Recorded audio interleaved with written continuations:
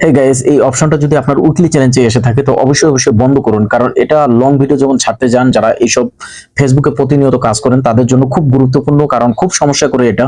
কারণ একটা ভিডিও যখন আপনি লং ভিডিও ছাড়েন 3 মিনিট 4 মিনিটের, তখন ছোট ছোট পার্ট হয়ে যায়, আর ছোট ছোট পার্ট হয়ে গেলে নিজেকেই খারাপ লাগে, আর তখন অডিয়েন্স যারা আছে তাদেরকেও খুব বিরক্ত লাগে। তো এটাই দেখতে পাচ্ছেন, এটা যদি উইকলি চ্যালেঞ্জে এসে থাকে তো এটা দ্রুত বন্ধ করুন, আর যদি উইকলি চ্যালেঞ্জে না এসে থাকে তখন আমরা লং ভিডিও যখন ছাড়তে যাই তখন কিন্তু এটা বন্ধ করতে হয়। তো এটা কিভাবে সমাধান করবেন? সর্বপ্রথম আগে আপনি আপনার প্রোফাইলে যাবেন, প্রোফাইলে যাওয়ার পর প্রফেশনাল ড্যাশবোর্ডে যাবেন, প্রফেশনাল ড্যাশবোর্ডে যাওয়ার পর উইকলি চ্যালেঞ্জে যাবেন, উইকলি চ্যালেঞ্জে যাওয়ার পর আবার একবার উইকলি চ্যালেঞ্জে চাপ দিবেন।